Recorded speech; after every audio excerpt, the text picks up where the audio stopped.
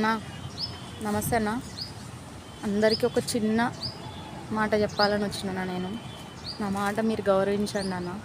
ఏం చెప్తున్నా అంటే, ఎంత కష్టమని ఉండని అన్న, అమ్మని నాన్నని అత్తని మామని చెల్లెని అక్కని వదిలిపెట్టొద్దన్న.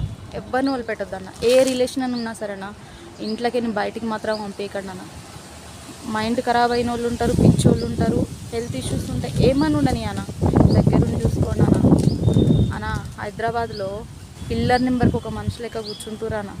ఈ వర్షానికి ఈ చలికి వాళ్ళు ఎంత అల్లాడుతారో ఒక్కసారి ఆలోచించండి అన్న. దయచేసి ఓల్డేజ్ రూమ్లల్లో అక్కడ ఇక్కడ అమ్మ నాన్న వేయొద్దన్న. ఎందుకంటే వాళ్ళు ప్రాణం పోస్తేనే మనం ప్రాణం పోసుకొని ఊపిరి తీసుకొని తిరుగుతున్నామన్న. అలాంటప్పుడు ఎంత కష్టం వచ్చినా మన అమ్మ నాన్నే కదన్న. కష్టం ఉంటుందన్న, భరించాలన్న.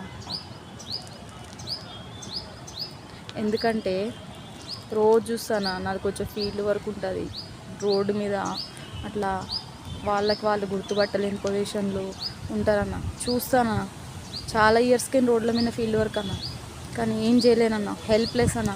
ఏడుస్తా, గాడ్ మొక్కుతా, కానీ ఏం చేయలేకపోతున్నాను. ఎవరైనా ఏమైనా చేయాలనుకుంటే దయచేసి అలా అడుక్కునే వాళ్ళని ఎవ్వరు అడుక్కోకుండా, ఎవరు అమ్మానన్న వాళ్ళ ఇంట్లో ఉండేటట్టు, ఎవరు అన్నదమ్ములు వాళ్ళ ఇంట్లో ఉండేటట్టు చూసుకున్నా.